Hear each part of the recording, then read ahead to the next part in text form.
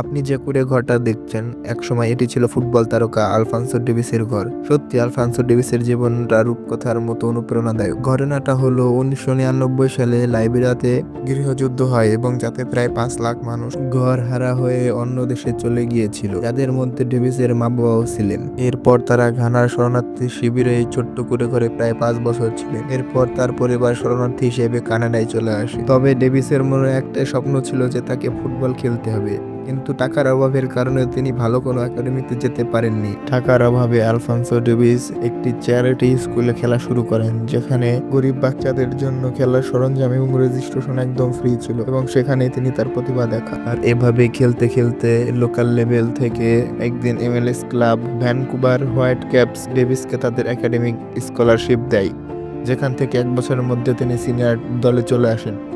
আর 2 বছর পর Bayern Munich. এরপর সেখানে তিনি একজন সাকসেসফুল প্লেয়ার হয়ে ওঠেন। তো এই ছিল আলফান্সো ডেভিসের জীবনের ঘটনা।